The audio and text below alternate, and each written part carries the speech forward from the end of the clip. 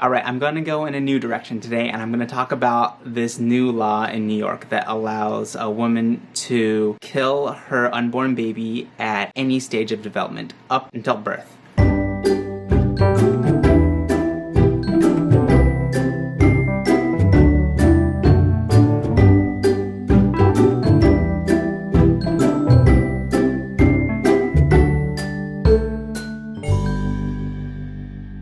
So there's this thing called viability, and it's basically where a baby, if it were to be born prematurely, it has at least a 50% chance of surviving outside of the womb. The national estimate right now is about 24 weeks. Now, there have been babies who have survived at just over 20 weeks from gestation age, basically 20 weeks since the mother had her last period. What this new law says is that if the baby is under 24 weeks, the baby can be killed for any reason, and if it's over 24 weeks, then the baby can be killed for basically health reasons, okay? And this term is vague on purpose. It could be psychological reasons, it could be financial reasons, it could be the health of her Instagram account, to be honest. You basically have to be able to find a physician in New York who is willing to kill the baby, and it's allowed. It's totally legal. A lot of the voices on the pro-choice side seem to say that a woman has the right to choose because it's her body. And to some degree, I agree with that. To some degree, a woman has a choice to do anything she wants with her body, except, in my opinion, when that choice to do whatever she wants with her body kills another life, another human life. If you look at the medical technology that we have right now, you can kind of tell basically what is a human and what's a bunch of cells, okay? So when conception first happens, it's basically a bunch of cells, okay? Like, you need a microscope to see what's going on. You know, some would argue at that point that having an abortion or having the day after pill, which basically has a chance of killing a separate life, some people would say that's immoral, and some would say it's moral. It's a woman's choice. I don't really know, personally, what's right in that situation. I'm not a religious person. I'm agnostic, which means I don't say that God is completely 100% guaranteed to be fake, but I'm also not saying it like I truly believe either. I'm open to the idea of God, and if that's the case, then, and you know, the soul goes into the body, and you know, killing that baby is losing their soul. Possibly, I don't know, I don't have any evidence for that, but what I do have evidence for is that once a baby looks like a baby, you know, like once this fetus looks like a baby, and you have to start ripping off its limbs and its arms and all this stuff, it's a baby, you know? Like, it has a heartbeat, it can feel pain, you know, so I'm definitely someone who is not okay with second trimester abortions, and I'm especially not okay with third trimester abortions. Especially not okay with third trimester abortions. Now, some people might say that an abortion should be okay if it's threatening a woman's life. And, you know, I agree with that. I think most people agree with that. I think there's not a real... People aren't really fighting for saving the baby over the woman, okay? There's basically no one who fights for that, okay? And if it's like in the first trimester, if you have to go through chemotherapy or something, it kills the baby, then I totally understand that. And yeah, it kind of sucks, but I think it would suck worse if there was a law that prohibited women from getting chemotherapy because it would kill the baby. I think it's really bad when a baby is viable, which means it has at least a 50% chance of surviving outside of the womb. In fact, I think it's actually, if there's any realistic chance that a baby could survive outside the womb, I think it's wrong to be able to kill this baby just because you want to. You know, there's no reason why you can't deliver the baby healthy with at least a chance of surviving anywhere after, you know, this 20-week period. And, you know, some might argue maybe 21 weeks, maybe 22, maybe 23, even maybe 24. There's no reason to kill a baby after that period because it actually, there's no reason. So here's the thing, okay? In order to have an abortion after this viability period, a woman has to deliver the baby, okay? Either the baby has to be injected with poison and die first, so you're delivering a dead baby, or you have to deliver a live baby. And either way, the woman has to go through the same sort of situation. You know, it might be a C-section, it might be a regular delivery. There still has to be the same precautions. You still have to prevent the woman from getting an infection. You know, all this sorts of thing, you know? It's going to be painful for the woman. Either way.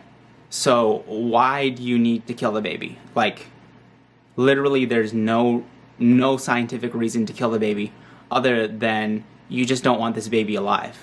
And, I get that some people, they don't want to feel like, oh, I have this kid out there in the world if I adopt, I don't want to have this kid out there that I'm going to be connected to the rest of my life. Well, guess what? The baby's already alive, and you have one of two choices. You can either kill the baby, or you can not kill the baby, okay? Because you're going to deliver the baby either way. So there's no real reason for a baby to be aborted at that period. And to be honest, like, what's the difference between a baby who's been delivered and a baby who's not been delivered?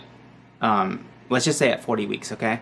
Because right now, or not 40 weeks, let's just say, at 9 months, when the baby's about to come out, it's legal in New York right now to kill the baby minutes before the delivery, okay? It's totally legal to take that syringe and put it inside the baby's head or leg or abdomen or whatever and poison him and let this baby die slowly, a slow, painful death. Yes, the baby has all the pain receptors. We don't really know if the baby's feeling more pain or less pain than an adult or a child would, but we definitely know that it's painful, okay? It's like, what benefit is there to killing this child beforehand? Technically speaking, you're actually putting the woman at more risk by killing the baby ahead of time, because you have to take that needle of poison and put it inside of the woman to get to the baby. There's probably a very, very, very minuscule chance that the physician is going to prick the woman or hurt the woman in that way, but there's a slight chance, and there's exactly a 0 chance of it saving her life by killing this baby. So basically, killing the baby is a selfish act, okay? It's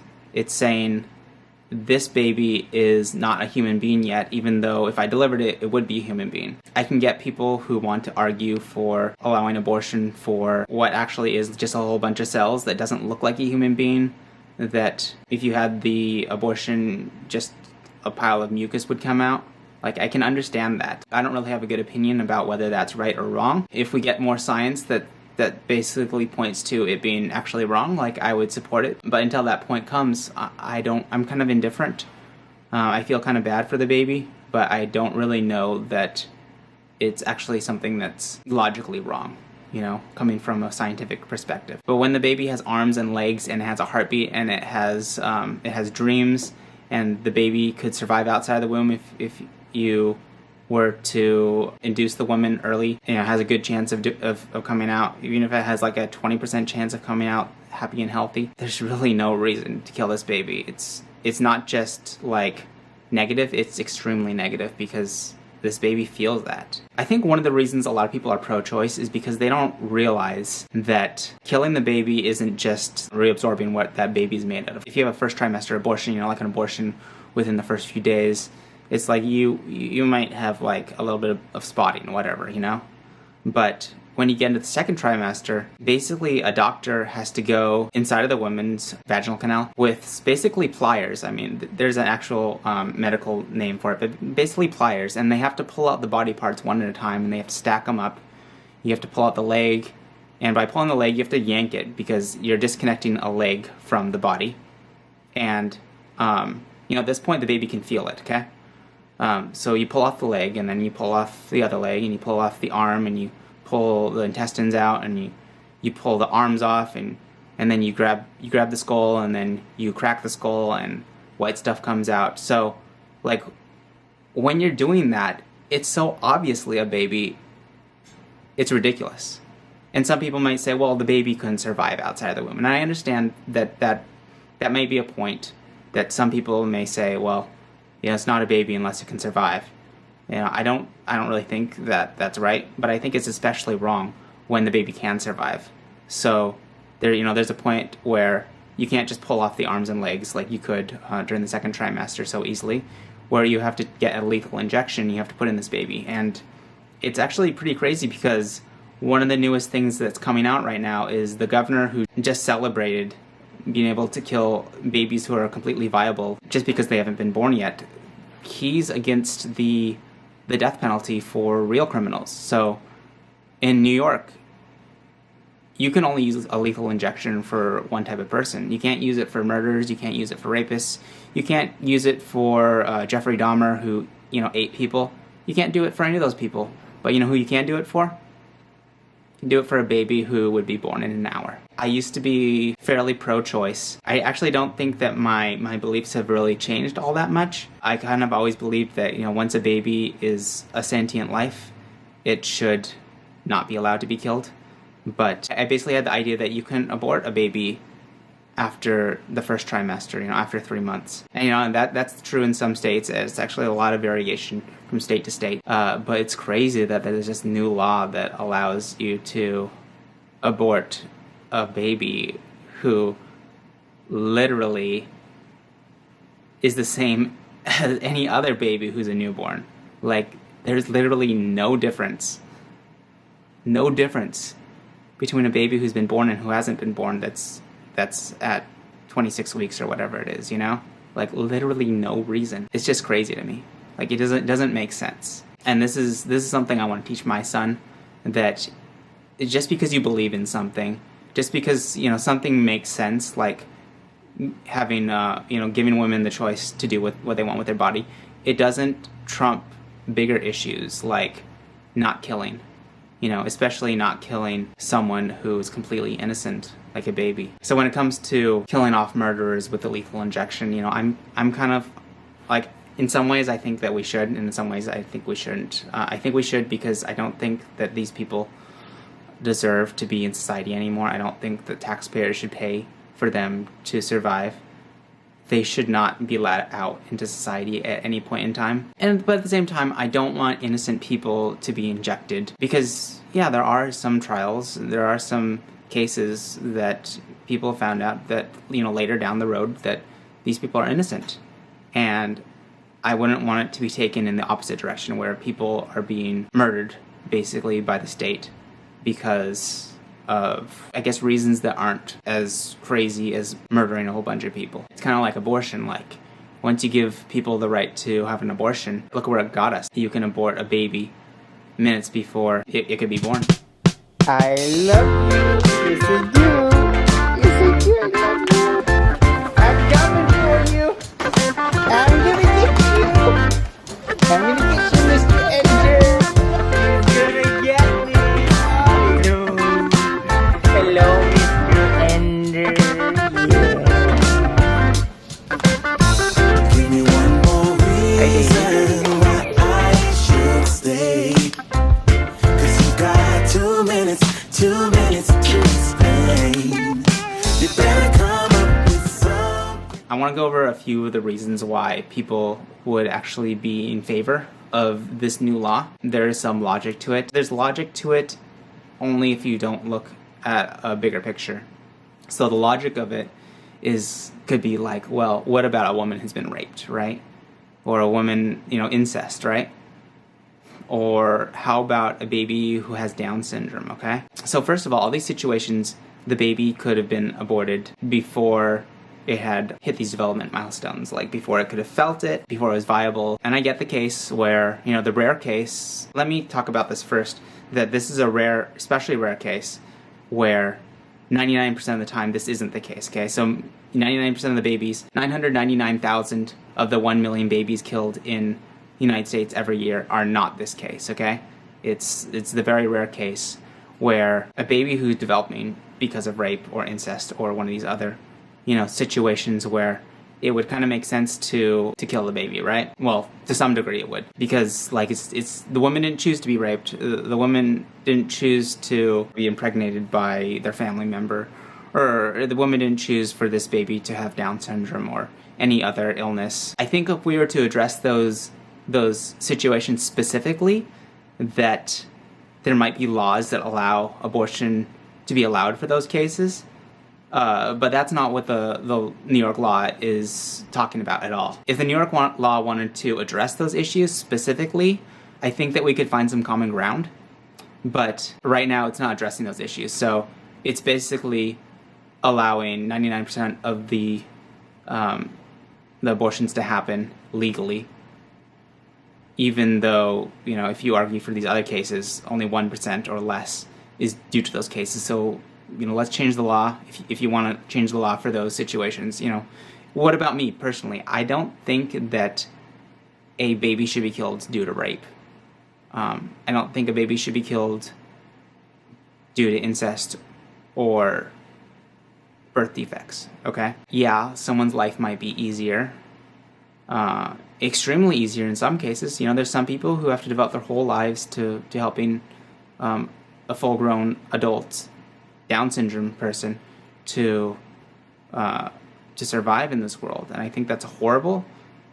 I think that's extremely horrible, but I still think it's murder when it's in the second and third trimester. I still think it's murder. If you don't see it as murder because of certain situations, you can talk to me, you can comment on this video about that. But a healthy baby that is due to rape, or and that is a day from being born, I don't think that should be allowed to abort in any case. I know it's going to happen. I know people are going to find ways around it. One of the arguments, well, people are going to find a way to do it anyways. People are going to put coat hangers up themselves, right?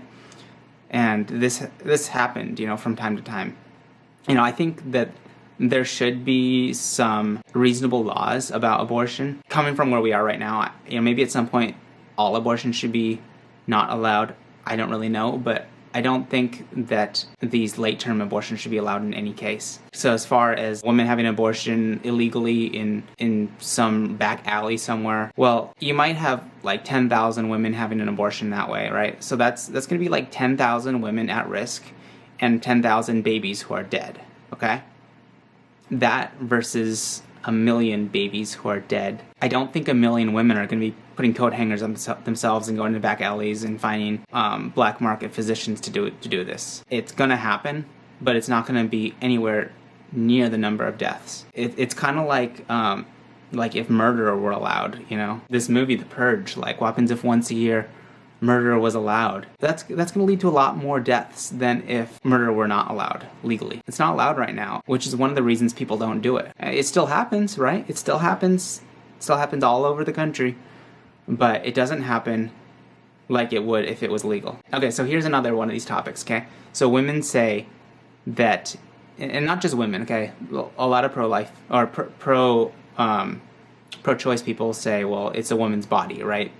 She can do what she wants with it, and you don't get a right to do anything about that. Like, you're just this sexist person who wants to control women, okay? I've heard this argument, and first of all, for me, it doesn't make sense because I don't care what a woman does with her body if it doesn't affect me, if it doesn't affect other people. I don't care if a woman gets tattooed. I don't care if she gets pierced.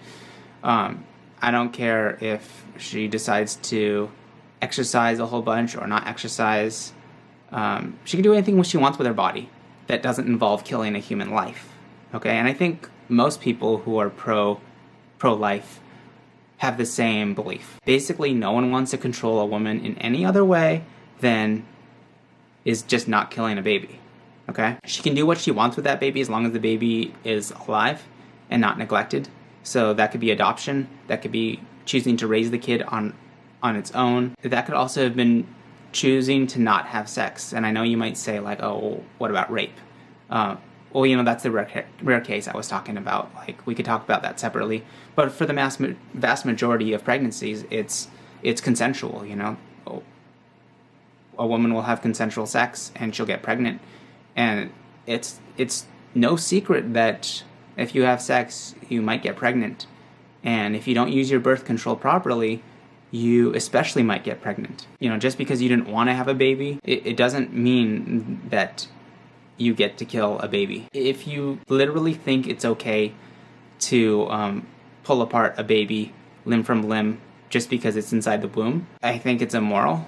But it's your opinion. You can do what you want with it, right? If you already know that bit of information and you still want to be pro-choice, that's your prerogative. I think that though there's a lot of people who don't realize that sort of thing is going on.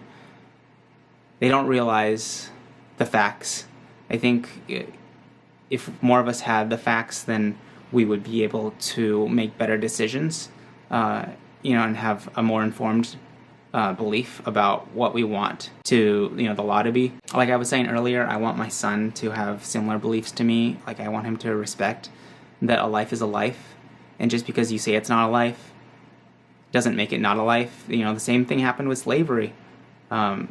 Slaves were on someone's property, and if a slave was on your property, you could do what you want with them. You could treat them as property. You could kill them. You could do anything you want with them, right? The same thing is going on with babies right now.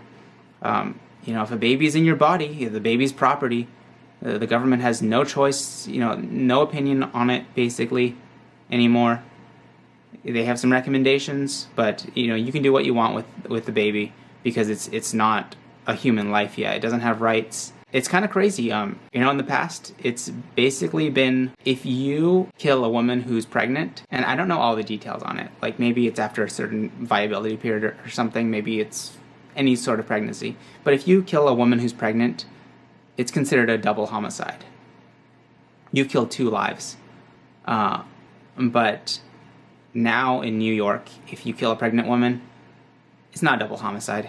It's just a single homicide. If you hit a woman and it results in the baby dying, then you can't be charged for that baby dying. You can only be charged for assault. Good job for New York for allowing something that's obviously a crime to not being able to be charged as a crime. I don't know if I'm going to be doing more videos like this, more serious videos about more serious topics, or if they're going to be more lighthearted and about, just things that you want to do to improve your relationship with your kids. We'll see where it goes from here. This is Talks with Daw. Hit the subscribe button if you like this video. Hit the thumbs up if you liked it also.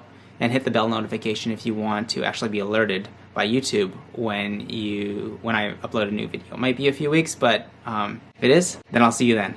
Thanks. Bye.